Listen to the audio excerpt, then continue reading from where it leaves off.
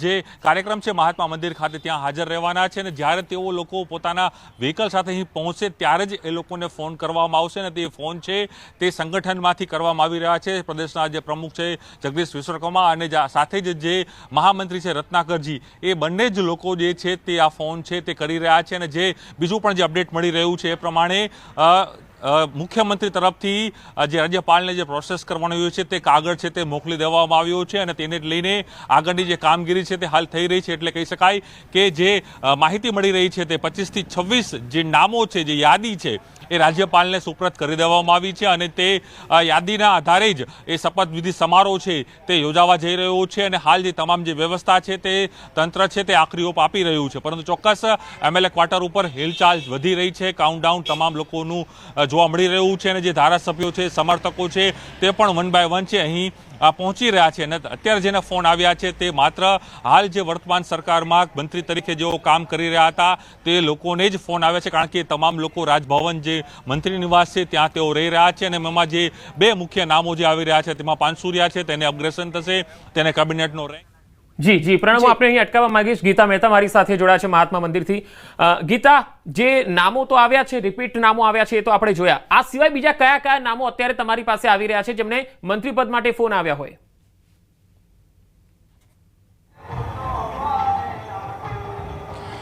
જી, હાલ તો જે જૂના મંત્રીમંડળવાળા જે તમામ સભ્યો હતા તેઓને કોલ આવ્યાની ખબર છે. અન્ય માત્ર 2 થી 3 નામો સામે આવી રહ્યા છે જેઓ મંત્રીમંડળમાં અત્યારે વર્તમાન મંત્રીમંડળમાં સામેલ નહોતા. એમાં પ્રદ્યુમનસિંહ વાજાનો સમાવેશ થાય છે, જેઓ જો કે હાલ યુએસના પ્રવાસે છે ને તેઓને ટેલિફોનિક જાણ કરાઈ છે, પરંતુ તેઓ આજે હાજરી આપી શકે કે ઓથ લઈ શકે તેમ નથી. તે સિવાય લવિંગજી ઠાકોરનું નામ સામે આવી રહ્યું છે. એ સિવાય પણ એને એક ધારાસભ્ય છે, પરંતુ કન્ફર્મ નથી થયું કે કારણ કે તેઓ ફોન નથી ઉઠાવી રહ્યા, એટલે કન્ફર્મ નથી થયું કે તે નામ હજુ કન્ફર્મ છે કે કેમ. ન્યૂઝ 18 પાસે આવ્યું છે, પણ ન્યૂઝ 18ના દર્શકો માટે હજી રિલીઝ કરવું વહેલું ગણાશે. એટલે 3 બીજા એવા નામો છે જે આવ્યા છે સામે મંત્રીઓ સિવાયના.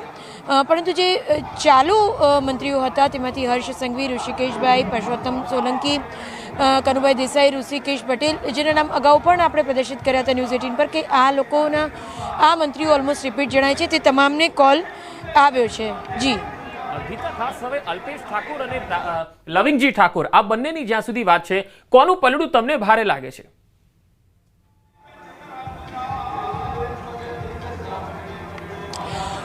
હજી બંને ઠાકોર સમાજના અગ્રણીઓ છે અને બંનેનું પ્રભુત્વ પણ એ પ્રકારે જોવા મળે છે ઠાકોર સમાજમાં. એટલે કહેવું મુશ્કેલ છે કે છેલ્લી ઘડીએ કયું સસ્પેન્સ ખુલે છે, કારણ કે ભાજપની ઓલવેઝ ટ્રેડિશન રહી છે કે જે ધાર્યા કરતાં વિપરીત પરિણામો આપે અને ધાર્યા કરતાં કંઈક બીજા જ નામો બહાર આવે.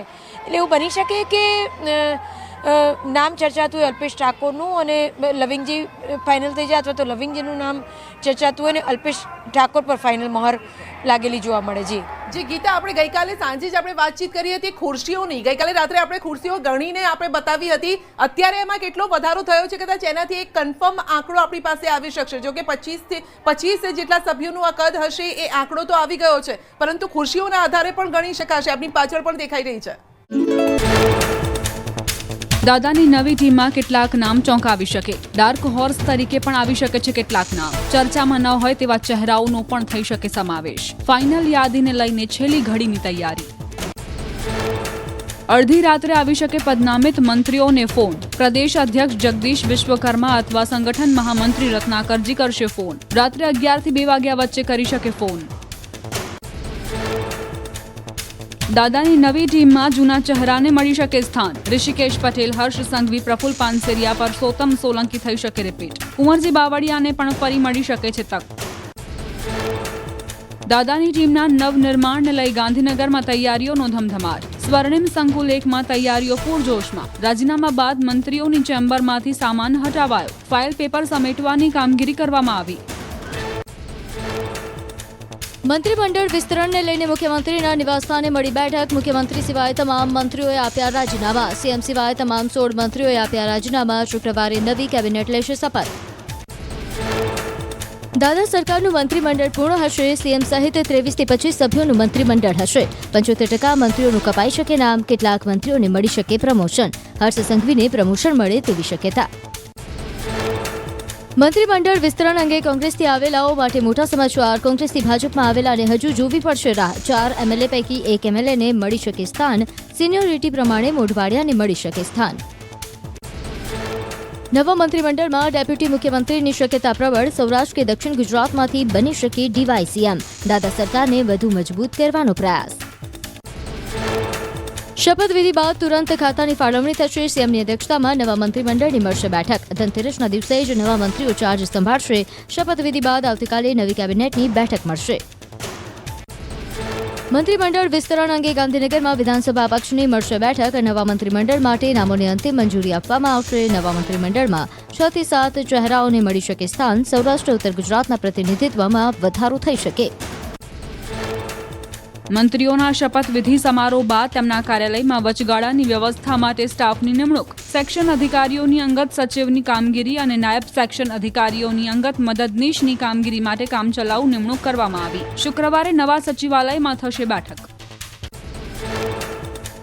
નવા મંત્રીમંડળની ચર્ચા વચ્ચે શપથવિધિની આમંત્રણ પત્રિકા આવી સામે. મંત્રીમંડળના પદનામિત સભ્યોને મહાત્મા મંદિરમાં તે કરશે. ગઈકાલે તમામ મંત્રી મંડળે છે રાજીનામું આપી દીધું હતું અને રાજીનામું છે પ્રદેશ પ્રમુખને આપવામાં આવ્યું હતું. ત્યારબાદ પ્રદેશ પ્રમુખે સીએમને આપ્યું અને એક પ્રોસેસ હોય છે કે જે લોકોને આજે ફોન આવી ગયા છે મંત્રીઓ હતા તે લોકોને પ્રમોશન મળવાનું છે. એ પ્રમોશન જે લોકોને મળવાનું છે તેનું રાજીનામું સ્વીકારી લેશે અને ત્યારબાદ જે નવા સ્થાન મળવાનું છે પ્રમોશન સાથે તેમાં એડ કરી અને મુખ્યમંત્રી છે તે રાજ્યપાલને અત્યારે આખી લિસ્ટ છે તે સોંપવા માટે પહોંચ્યા છે. અને અત્યારની આપ જોઈ શકો છો કે આ રાજભવન છે અને રાજભવન બહાર અત્યારે સીએમનો કાફલો છે તે જોવા મળી રહ્યો છે. સીએમ છે અત્યારે રાજ્યપાલ સાથે મીટિંગ કરી રહ્યા છે, બેઠક કરી રહ્યા છે. ગઈકાલે આપેલા રાજીનામાનો પત્ર છે તે સોંપી રહ્યા છે અને ત્યારબાદ આજે જે નવા મંત્રીઓ બનવાના છે, શપથ લેવાના છે તેની પણ જે લિસ્ટ છે તે આખું આપવામાં આવશે. કેટલાક જે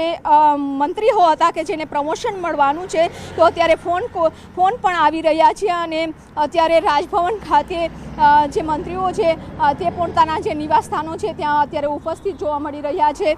11:30 કલાકે મહાત્મા મંદિર ખાતે આ શપથ સમારોહની શરૂઆત થશે અને તે પહેલાં જ જે નવા ચહેરાઓ છે તેને પણ કોલ કરી દેવામાં આવશે અને જે જૂના મંત્રી હતા જેને પ્રમોશન મળવાના છે, જે રિપીટ થવાના છે તેને પણ કોલ આવવાની શરૂઆત છે તે થઈ ગઈ છે. અત્યારે માહોલ જોઈ શકો છો કે મુખ્યમંત્રી છે રાજભવન પહોંચ્યા છે.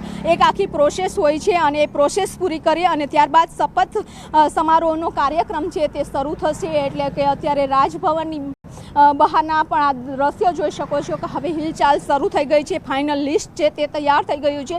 ગઈકાલ રાતે આખી રાત છે મહામંથન ચાલ્યું અને આખું લિસ્ટ છે તે તૈયાર કરવામાં આવ્યું છે કારણ કે સમીકરણો ખૂબ જ મહત્વના હોય છે.